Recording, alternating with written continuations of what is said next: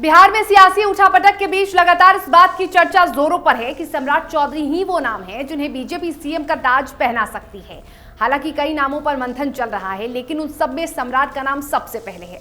लेकिन अब इन कयासों पर विराम लगाते हुए एक बयान सामने आया है जिसने बड़ा दावा कर दिया है। ना सिर्फ दावा किया है, बीजेपी के अंदर की राज भी सबके सामने खोल दी है। जी हाँ, दरअसल बिहार में खरमास के बाद ये चर्चा है कि नई सरकार का गठन हो सकता है। नीतीश कुमार के बाद प्रदेश के अगले मुख्यमंत्री में डिप्टी सीएम सम्राट चौधरी का नाम टॉप लिस्ट पर चर्चा में है।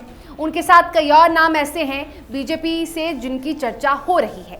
लेकिन इसी बीच पूर्व सांसद ने एक ऐसा बयान दे दिया है, नीतीश कुमार के करीबी ने एक ऐसा बयान दे दिया है जिसने बिहार के सियासी तापमान को बढ़ा दिया है और बिहार के सियासत में हलचल पैदा कर दिया है। जी हाँ, ये एक बड़ा झटका लगने वाला बयान है।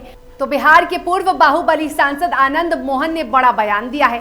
उन्होंने बताया है कि बीजेपी कैसे मुख्यमंत्री का चयन करेगी। जी हां, उन्होंने एक बड़ा राज खोला है। उन्होंने ये भी बताया है कि बीजेपी में पर्ची निकलती है, सभी जानते हैं। अब किसके भाग्य से कौन पर्ची निकलती है, इसका इंतजार करना होगा। दरअसल आपको बताते चले कि आनंद मोहन ने इशारों में ये कह दिया है कि बिहार के मुख्यमंत्री सम्राट चौधरी तो नहीं होने वाले हैं और उन्होंने बीजेपी पर नाराजगी भी जता दी है। उन्होंने कहा है कि मुख्य बात यह है कि आपने क्या कहकर वोट मांगा।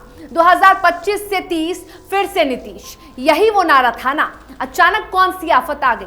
लोग तो चाहते हैं कि आपने वादा किया 2025 से 2030 तक का, तो इसको पूरा करना चाहिए। आनंद मोहन ने यह भी कह दिया कि अगर ये दबाव में लिया गया फैसला है तो जिन लोगों ने ऐसा किया और करवाया है, इससे जेडीयू को नुकसान तो होगा ही। सबसे बड़ा भविष्य में नुकसान यदि किसी को होगा तो वो है बीजेपी, क्योंकि जो पिछड़ा, अति पिछड़ा, दलित और अल्पसंख्यक वोट हैं, ये बीजेपी का नहीं है, ये नीतीश कुमार के माध्यम से बीजेपी को मिलता रहा है। ऐसे में इसका नुकसान बीजेपी को जरूर होगा। इस पर गंभीरता से विचार करना चाहिए।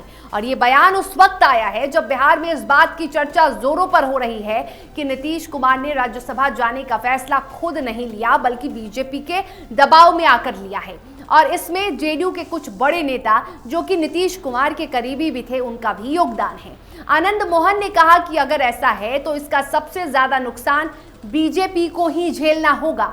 उन्होंने कटाक्ष किया है कि यदि नीतीश के नजदीक रहने वाले नेता ये समझ रहे हैं कि नीतीश कुमार को दिल्ली भेजकर वो बड़ा तीर मार लिए हैं, तो ये फैसला जेडीयू के लिए बिल्कुल भी ठीक नहीं है। उनका कहना था कि नीतीश कुमार का बिहार की राजनीति को छोड़कर दिल्ली जाना कालांतर में भाजपा के लिए सबसे अधिक नुकसानदेह होने वाला है। इतना ही नहीं, नीतीश कुमार की तारीफ भी की है आनंद मोहन ने और ये कहा है कि नीतीश कुमार के जाने के बाद यानी सीएम पद छोड़कर दिल्ली जाने पर बिहार के सवर्णों और मुसलमानों को बहुत तकलीफ होने वाली है। नीतीश कुमार का मतलब तब उन्हें समझ में आएगा। आनंद मोहन ने यह कहकर एनडीए की राजनीति में एक अलग तरीके का बहस पैदा कर दिया है। सीएम नीतीश कुमार के पुत्र निशांत कुमार को लेकर भी उन्होंने बड़ी बात कही है। उन्होंने कहा है कि निशांत को उप मुख्यमंत्री नहीं बल्कि पूर्णकालिक मुख्यमंत्री बनाया जाना चाहिए।